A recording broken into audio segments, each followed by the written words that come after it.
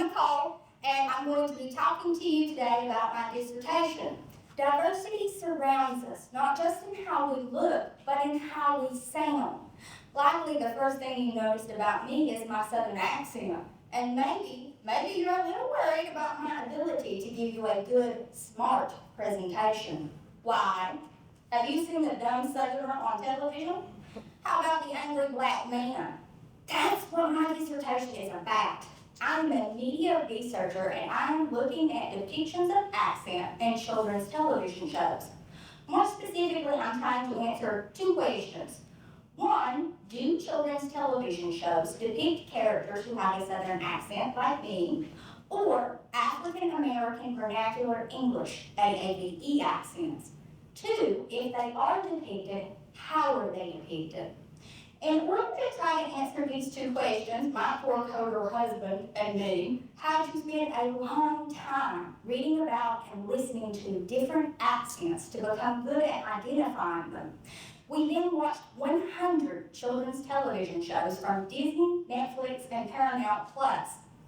This gave us a pretty clear-cut answer to question one.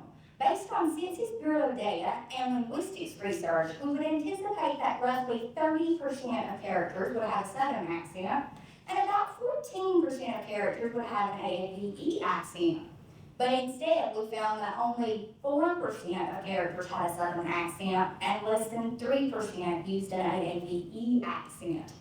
We are also finding problems with the quality of representation. Both Southern and AAVE accented characters tend to be depicted as non-human, like Clarabelle the cow and Old Man Jenkins the fish.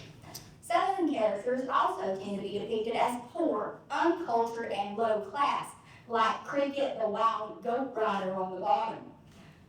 Meanwhile, AAVE accented characters tend to be depicted differently based on both age and gender. So, for example, older AAVE accented women tend to be depicted as Jezebel, sexually on the prowl, like Patty, and often judged for it. On the other hand, younger AAVE accented women and girls tend to be depicted as managers. They manage their homes, their careers, their children, and their husbands. They're the modern, strong black woman, the fixers. Relatedly, AAVE accented men and boys tend to be depicted as emotionally broken, immature, and in need of a strong black woman to fix them. These images are confining and problematic, encouraging our children to stereotype, affecting how they see both themselves and others.